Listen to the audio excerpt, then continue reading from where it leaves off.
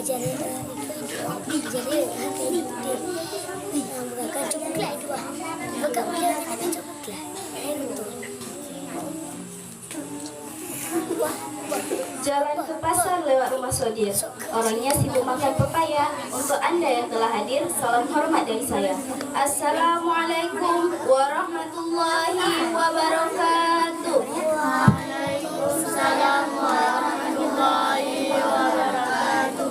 Alhamdulillah, alhamdulillah rabbil alamin, wassalatu wassalamu ala asrafil anbiya'i wal mursalin wa ala alihi wa ashabihi ajma'in. Amma ba'du.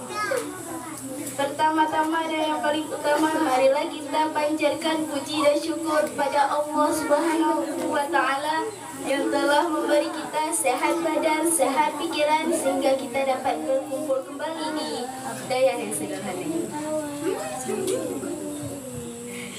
Tidak lupa pula selawat beriring salam, marilah kita sajikan kepangkuan Nabi besar Muhammad sallallahu alaihi wasallam. Sallallahu alaihi wasallam. Yang telah membawa kita dari alam jahiliyah ke alam Islamiyah, dari alam kebodohan ke alam yang penuh dengan ilmu pengetahuan, seperti yang kita rasakan saat ini. Tidak lupa pula doa kita kepada para ulama, baik itu ulama yang mutakdimin dan mutaakhirin yang muktabar di sisi Allah Subhanahu wa Ta'ala.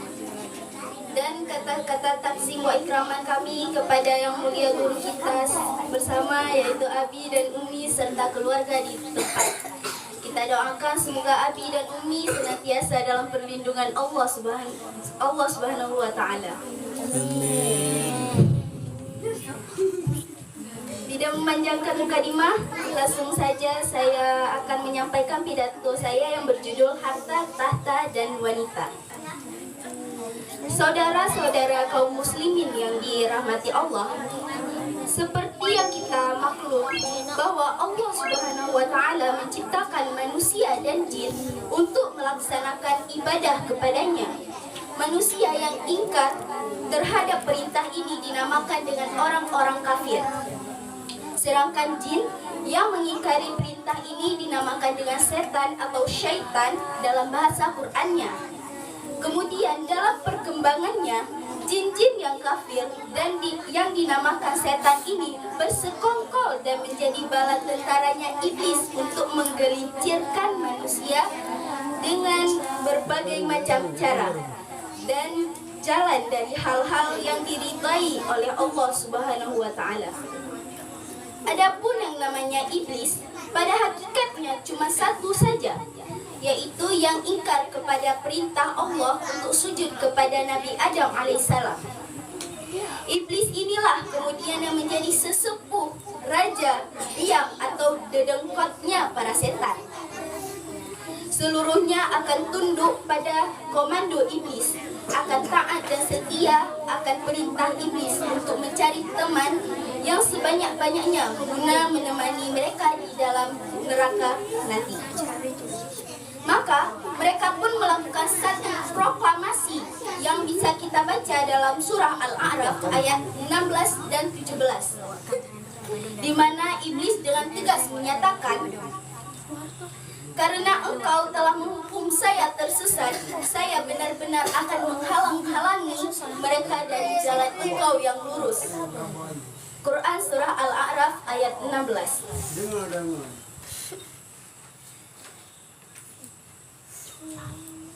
Kemudian saya akan mendatangi mereka dari muka dan dari belakang mereka, dari kanan dan dari kiri mereka, dan engkau tidak akan mendapati kebanyakan mereka bersyukur taat.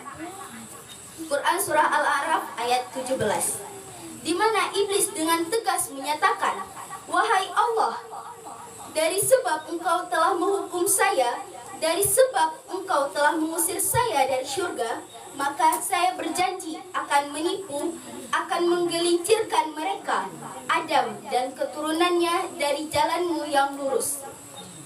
Apa itu jalan yang lurus? Ialah Islam ini. Dengan berbagai cara dan jalan, iblis dan bala tentaranya akan berusaha menggelincirkan manusia dari jalan yang lurus. Caranya bagaimana? Ayat ke-17 menjawab, summa la'atiyan. Akan kami datangi mereka dan kami goda mereka dari arah sebelah depan. Kalau cara itu tidak kena, wa min khalfihim, kami goda mereka dari arah sebelah belakang. Andai kata cara itu pun tidak berguna, maka wa an aymanihim, dari arah sebelah kanan. Kalaupun itu gagal, wa an sama'ilihim, kami datang dari sebelah kiri. Pendeknya dari 4 penjuru angin, iblis dan bala tentaranya yang bernama setan belum akan puas sebelum kita tergelincir dari jalan yang lurus dan diridhoi oleh Allah Subhanahu wa taala. Sebagian ahli tafsir menjelaskan bahwa kalau iblis menggoda dari arah sebelah depan, yang dimaksud dari arah depan ini adalah dunia, sehingga manusia menjadikan dunia menjadi tujuan akhir dari seluruh kegiatan hidupnya. Ia pergi pagi, pulang sore, peras keringat, banting tulang. Tidak ada yang dikejar kecuali dunia dan cuma untuk kepentingan dunia. Dunia yang membuat orang berpaling daripada akhirat. Dunia yang membuat orang lupa untuk tujuan penciptaannya. Maka dunia termasuk perangkap iblis. Apa isi dunia? Biasanya yang lazim itu adalah 3 ta: harta, tahta, wanita. Itu yang bikin orang jadi sibuk sampai lupa kepada tujuan penciptaannya. Untuk apa dia diciptakan oleh Allah? Ini wa an min baina aydihim, kami goda mereka dari arah depan dengan menyodorkan dunia dalam bentuk yang hijau ranau, dunia dalam bentuk yang bentuk manis, sehingga mereka tenggelam di dalamnya lalu melupakan akhirat. Kalaupun cara itu juga tidak kena, wa min khalfihim, kami datang dari sebelah belakang, kami lupakan mereka kepada akhirat. Itu mah urusan nanti. Bagaimana saja, yang penting yang kita hadapi sekarang apa? Dunia, akhirat kita belum tahu dan bahkan belum tentu ada. Yang sudah pasti saja kita garap, melupakan akhirat dan lain-lain, apalagi dunia. Wa an aymanihim, yang dimaksud dari arah sebelah kanan. Iblis dan setan selalu menghalangi manusia untuk berbuat kebajikan. Karena kanan adalah lambang kebajikan, sedangkan an sama'ilihim, kiri, adalah lambang kejahatan. Dicegahnya kita berbuat kebaikan dan dibisikkannya kita untuk selalu melakukan kejahatan dan kemungkaran. Wala tajidu aksarahum sakirin, dan akan kamu dapati sedikit sekali antara manusia yang bersyukur atas nikmat yang telah engkau berikan kepada mereka. Ditanamkan rasa ingkar kepada nikmat jika kita tidak kufur iman. Dibuatnya kufur nikmat, mengeluh padahal hidup sudah serba cukup, merasa masih sangat kurang padahal orang lain sudah titik air liurnya melihat keadaan kita. Sedikit sekali di antara mereka yang pandai bersyukur kepada nikmat yang telah engkau berikan itu, ya Allah. Jadi, untuk ingkar nikmat, bisikan selalu datang dari iblis. Coba lihat itu. Temanmu yang tidak pernah sholat, rezekinya aja lancar. Kamu berhenti aja sholat. Yang tidak pernah ke masjid, pangkatnya naik terus. Udah, berhenti aja ke masjid. Atau setidak-tidaknya mengeluh dalam hati, Tuhan kayaknya tidak adil. Kenapa? Saya rajin sholat kok rezekinya seret bener. Padahal kalau kita mau berpikir dalam bentuk yang paling mendasar, Allah selalu memberikan yang terbaik untuk kita. Jika begini keadaan kita, inilah yang terbaik buat kita. Menurut pertimbangan Allah, jika kita menuntut lebih lagi, mungkin dengan keadaan yang lebih itu kita bisa tergelincir, perbuatan yang menyimpang, baik itu yang merugikan orang lain, merugikan masyarakat, bahkan merugikan bangsa dan negaranya.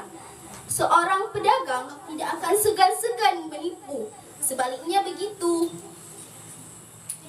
Tidak jarang wanita di dalam kelemahannya bisa menenggelamkan dunia.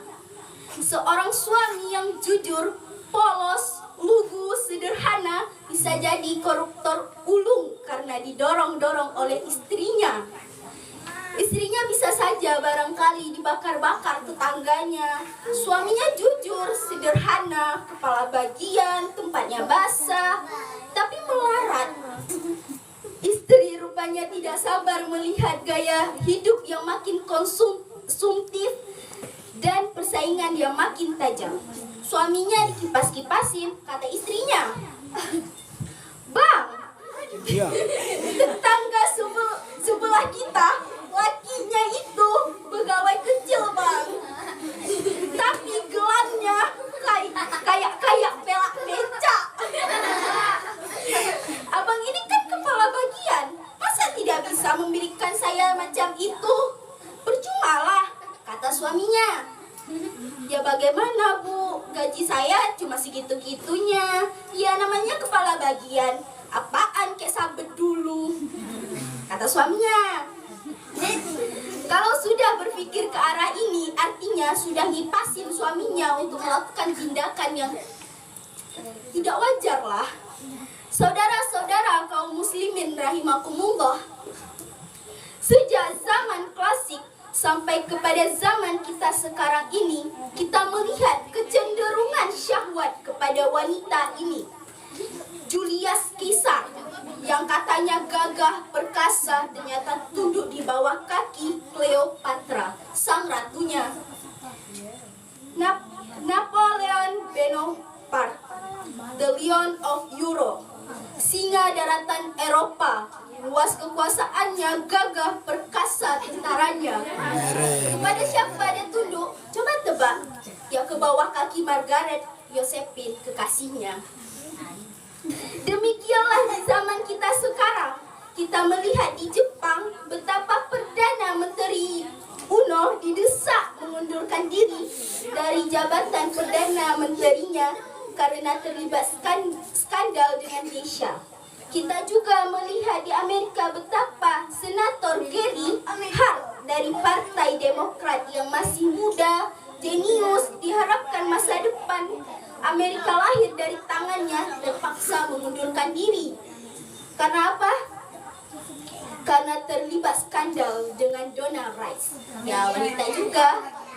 Kita juga melihat dan menyaksikan betapa parlemen di Inggris sempat geger oleh karena skandal Pamela Bordes, pelacur kelas kakap yang melanglang buana mencari sasaran-sasaran kakap. Ini adalah kisah kejatuhan yang diakibatkan oleh hubus syahwat minan nisa. Karena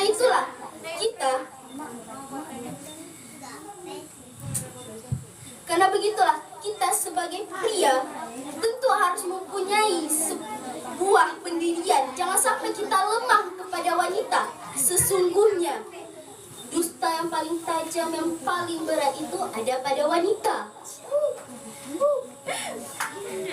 Ya, lanjut. Alah. Menanaim, yang dan minali cukem. Nah, begitulah iblis mencoba untuk melalaikan para manusia dengan isi dunia, harta, tahta, tentunya wanita. Kita sebagai manusia mestinya mempunyai pendirian sendiri agar kita bisa selamat dunia akhirat. Hanya itu yang bisa saya sampaikan. Wabillahi taufiq wal hidayah. Wassalamualaikum warahmatullahi wabarakatuh. Waalaikumsalam warahmatullahi wabarakatuh. Burung dara cendrawasih, cari dulu di Papua. Cukup sekian dan terima kasih. Semoga bermanfaat untuk kita semua. Oke, mantap.